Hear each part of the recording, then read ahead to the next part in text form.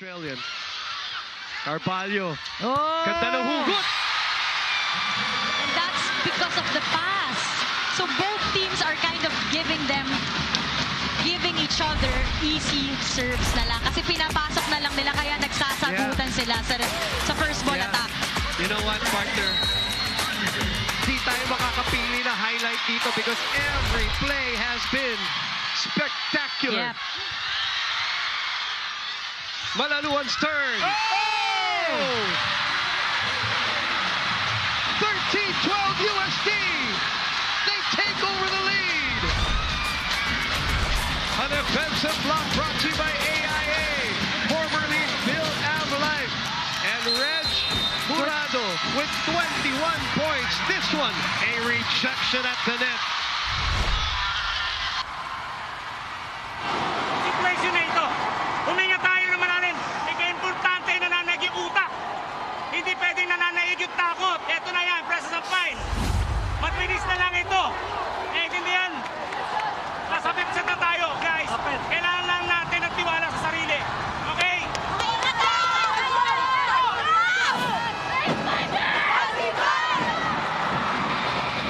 Well, there's no need to explain what Coach Ramil just told his girls.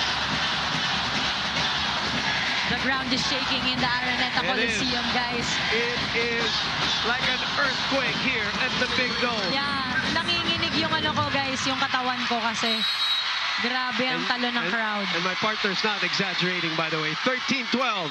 Here we go. They go to the back line. Laput again! Who's gonna blink first?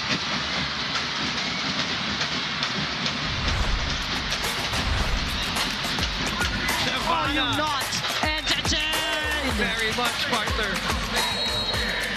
She said, "G'day, mate." 14 points for Shavana. Carvalho. Poyos. Oh! Rejected! Match point DLSU.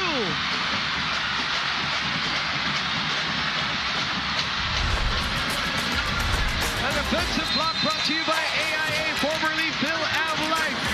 Pinballing back to the head of Angge Poyos. What a timeout by Coach Ramil. Oh, yeah. Producing 2 points. Hindi ka magpaplaywan. Okay? Sampak ka lang muna. Tutok taklit. Bitaw sa tres. Panunugyan mo na yan. Okay? Okay, play one. Hindi. Sige, ano lang muna. Tulungan na lang muna. Simple lang. Okay lang. Tulungan na lang.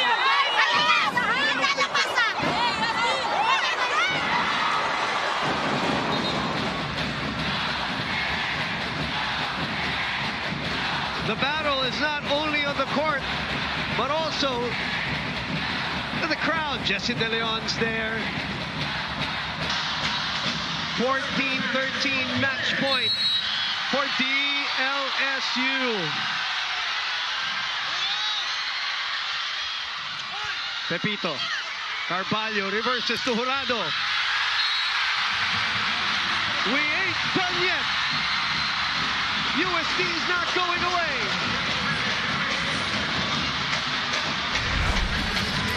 Carvalho at the back line, giving it to Jurado. The relief. 22 points for her. Laput rolls it. Nobody taking it. Match point number 2 for DLSU.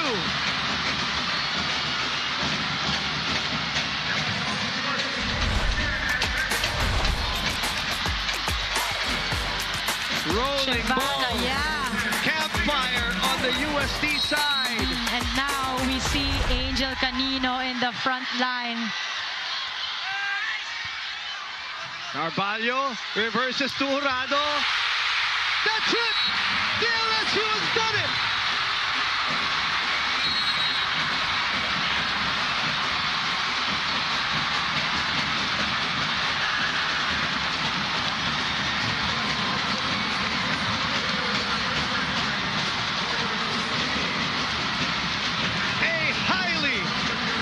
emotional win by Angel Canino, who is being carried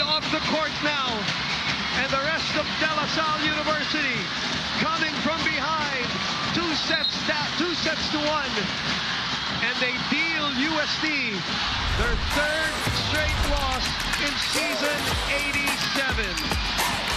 Pauline Gaston, this was a set that anybody could have won. Oh, yeah. I'm sure that they're, out of training bondings. They